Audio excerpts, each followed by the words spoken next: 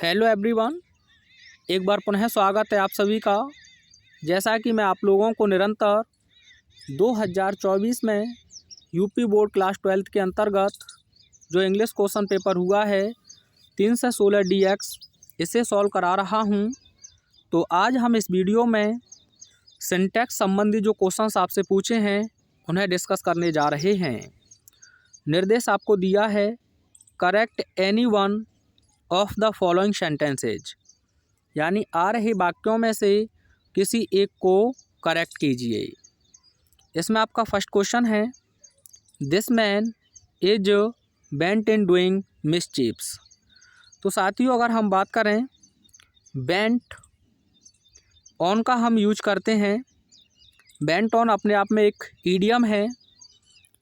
आप वैसे कहें तो यह अपने आप में प्रेजेंट पार्टिसिपल भी है, लेकिन बेंट ऑन यहाँ एक ईडियम है और इसके साथ आप फिक्स प्रपोजिशन ऑन का यूज करेंगे, इनका नहीं। और जब बेंट ऑन आप लिखते हैं तो इसका मतलब है टू डू समथिंग बैड, यानी कि किसी बुरी चीज़ को करना। तो बताइए क्या गलती है? तो इन नहीं बल्कि बेंट के साथ क्या होना चाहिए? ऑन।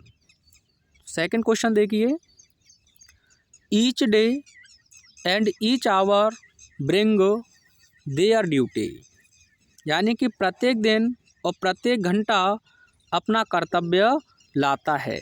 तो आइए साथियों कॉन्सेप्ट देखते हैं आपका, यानी कि ईच, उसके बाद आपको सिंगुलर नाउन ही चाहिए, फिर एंड होगा आपका, फिर ईच, ठीक है, फिर आपको सिंगुलर नाउन चाहिए। ऐसे ही एवरी, एवरी के बाद भी सिंगुलर नाउन होना चाहिए आपका, एंड और फिर एवरी और सिंगुलर नाउन, यानी कि ईच एंड एवरी हो सकता है तो परेशान नहीं होंगे, या फिर एवरी एंड एवरी हो सकता है, या ईच एंड ईच हो सकता है। ये चीज़ आप अपने माइंड में रख लें, यानी कि भलेशक ईच एंड ईच जुड़ा है या ईच एंड एवरी जुड़ा है, इनके साथ आपको सिंगुलर नाउन चाहिए। और साथियों ये सिंगुलर ही रहेंगे, भलेशक ये एंड से जुड़ जाए, क्योंकि वह प्रत्येक की बात कर रहा है और प्रत्येक क्या होता है? सिंगुलर। तो इसीलिए आपको यहाँ सिंगुलर हेल्पिंग वर्ब या सिंगुलर मैन वर्ब का यूज करना है, सिंगुलर हेल्पिंग वर्ब या सिंगुलर मैन वर्ब का। और साथ ही साथ सिंगुलर पजेसिव एडजेक्टिव, यानी कि मेल को रिप्रेजेंट कर रहा है तो आप हिज लगाएंगे, फीमेल को रिप्रेजेंट करे तो हर लगाएंगे, अगर नॉन लिविंग है तो उसके लिए इट्स लगाएंगे।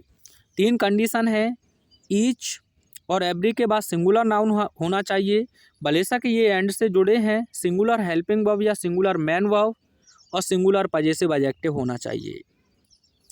ईच बॉयज गलत होगा आपका, तो क्या होना चाहिए? Each boy. जैसे मैं आपके समझ क्वेश्चन बोलता हूँ, each boys present in their class, each boys are present in their class. तो आप कहेंगे सर गलत है, क्योंकि ईच बॉय होना चाहिए पहले। तो क्या होना चाहिए? ईच बॉय, उसके बाद आप क्या लिख देंगे? Is present in his class. तो ये गलती थी। तो ऐसे ही यहाँ है, जब ईच एंड ईच भलेशक जुड़ा है, सिंगुलर बिल्कुल सही लिखा है, डेज होता तो गलत होता। अब यहाँ सिंगुलर मैन वर्ब आपको लिखनी है, तो आप जानते हैं जब वर्ब में एस या यस लगाते हैं तो वो सिंगुलर हो जाती है, तो क्या हो जाएगी?